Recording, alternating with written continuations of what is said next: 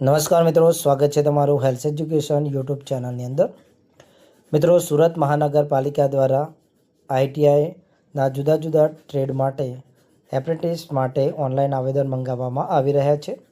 આજના વિડીયોની અંદર આ વિશેની સંપૂર્ણ જાણકારી આપણે મેળવીશું। એ પહેલાં જો તમે મારી યુટ્યુબ ચેનલને હજુ સુધી સબસ્ક્રાઈબ ન કરેલી હોય તો નીચે બેલ આઇકન બટનને ઓલ પ્રેસ કરી ચેનલને સબસ્ક્રાઈબ કરી લો, જેથી તમને આવનારી ભરતી વિશેની સંપૂર્ણ જાણકારી મળી રહે। તો ચાલો મિત્રો વિડીયોની શરૂઆત કરીએ। તો મિત્રો વાત કરીશું સુરત મહાનગરપાલિકા દ્વારા એપ્રેન્ટિસ માટે અલગ અલગ જગ્યાઓ માટે આવેદન મંગાવવામાં આવી રહ્યા છે। સૌથી પહેલાં મિત્રો વાત કરીશું એપ્રેન્ટિસ એક્ટ 1961 હેઠળ સુરત મહાનગરપાલિકામાં જુદા જુદા ટ્રેડોમાં લાયકાત ધરાવતા ઉમેદવારોને પસંદ કરવા માટે તારીખ 1/6/2026 સવારે 11 કલાકથી 10/6/2026 રાત્રિના 11 કલાક સુધીમાં ઓનલાઈન અરજીઓ મંગાવવામાં આવી રહી છે। અહીંયા મિત્રો એપ્રેન્ટિસ ટ્રેડનું આપણે નામ જોઈ લઈએ તો સૌથી પહેલાં છે ઇલેક્ટ્રિશિયન અને વાયરમેન, જેની ટોટલ 80 સંખ્યા માટે આવેદન મંગાવવામાં આવી છે। એનો પગાર ધોરણ સ્ટાઇપન્ડ રહેશે 10,560 અને આઈટીઆઈ ટ્રેડ પાસ હોવો જરૂરી છે। ફિટર માટે 20 જગ્યાઓ છે, સ્ટાઇપન્ડ છે 10,560, એ પણ આઈટીઆઈ ટ્રેડ પાસ હોવો જોઈએ। ડ્રાફ્ટ્સમેન સિવિલ એને 20 જગ્યાઓ છે, 10,560 સ્ટાઇપન્ડ મળશે અને આઈટીઆઈ ટ્રેડ પાસ હોવો જરૂરી છે। સર્વેયર માટે 20 જગ્યાઓ છે, 10,560 પગાર ધોરણ છે અને આઈટીઆઈ ટ્રેડ પાસ હોવો જરૂરી છે। મિકેનિકલ મોટર વ્હીકલ માટે ટોટલ 5 જગ્યાઓ એપ્રેન્ટિસ માટે છે, એનો સ્ટાઇપન્ડ 10,560 છે અને આઈટીઆઈ ટ્રેડ પાસ હોવો જરૂરી છે।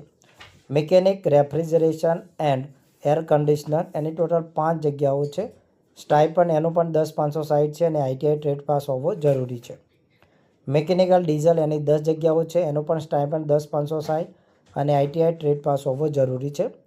હેલ્થ સેનેટરી ઇન્સ્પેક્ટર 150 જગ્યાઓ છે અને તેનું સ્ટાઇપન્ડ 9,600 છે અને આઈટીઆઈ ટ્રેડ પાસ હોવો જરૂરી છે।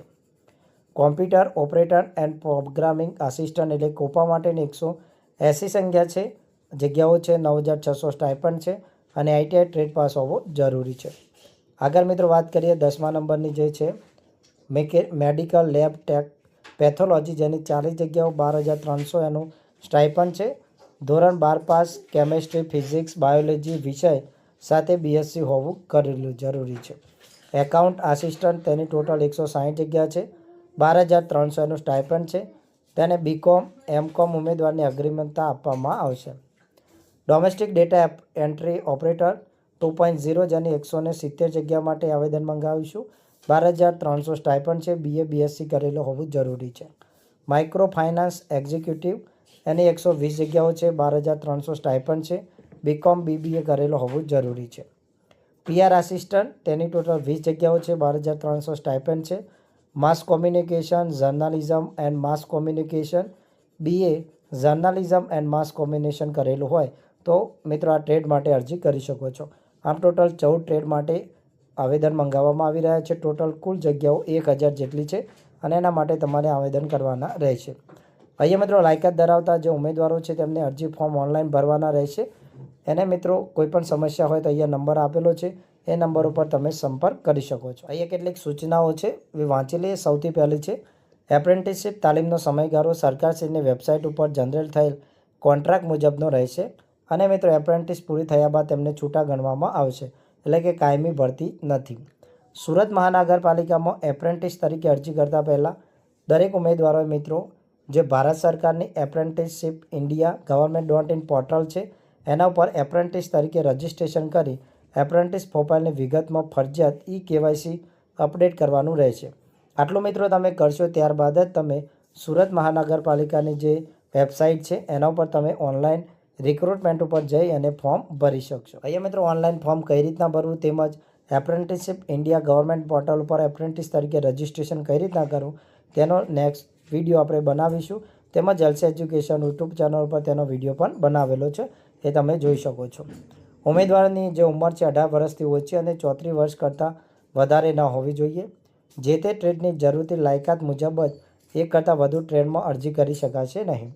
અગાઉ કોઈપણ ટ્રેડમાં એપ્રેન્ટિસશીપ પૂર્ણ કરેલું હોય તો ઓનલાઈન કોન્ટ્રાક્ટ જનરેટ થતા ન હોવાથી તેવા ઉમેદવારોએ અરજી કરવાની રહેશે। ડોક્યુમેન્ટ વેરિફિકેશન માટેની તારીખ તથા જરૂરી સૂચનાઓ છે મિત્રો મોબાઈલ નંબર ઉપર તથા ઈમેલ ઉપર જાણ કરવામાં આવશે। જેથી ઓનલાઈન અરજી કરતા સમયે મોબાઈલ નંબર અને ઈમેલ એડ્રેસ સાવચેતીપૂર્વક દર્શાવવાનું રહેશે, કેમ કે ઈમેલ અને મોબાઈલ સિવાય તમને કોઈપણ જાણકારી છે મિત્રો ઓફલાઈન મળવાપાત્ર થશે ને અને તેની જવાબદારી મહાનગરપાલિકા સુરતની રહેશે નહીં. ડોક્યુમેન્ટ વેરિફિકેશન સમય એપ્રેન્ટિસ ઉમેદવારે અરજી ફોર્મ તથા અરજીમાં જણાવેલ તમામ ડોક્યુમેન્ટ ઓરિજિનલ તથા ડોક્યુમેન્ટની સ્વપ્રમાણિત નકલ રજૂ કરવાની રહેશે. ડોક્યુમેન્ટ વેરિફિકેશનમાં ગેરહાજર રહેલા ઉમેદવારોની ઉમેદવારી રદ ગણવામાં આવશે. આ જાહેરાત કોઈપણ સમયસર રદ કરવાની થાય અથવા કેડર રદ કરવાની થાય અથવા તેમાં ફેરફાર કરવાની આવશ્યકતા ઊભી થાય તો સુરત મહાનગરપાલિકા એપોઇન્ટમેન્ટ ઓથોરિટીને સંપૂર્ણ હક અધિકાર રહેશે. એના માટે તમે કોઈપણ દર્શાવો કારણ આપવા માટે બંધાયેલ સુરત નગરપાલિકા નથી.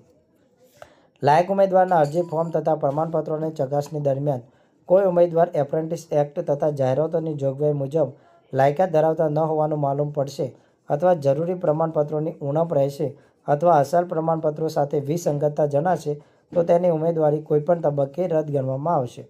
એપ્રેન્ટિસનો સમયગાળો પૂર્ણ થયા પહેલાં જો કોઈ ઉમેદવાર એપ્રેન્ટિસ છોડી જાય છે તો તેઓને કોન્ટ્રાક્ટ ટર્મિનેટ કરવામાં આવશે, તેને સર્ટિફિકેટ મળશે નહીં.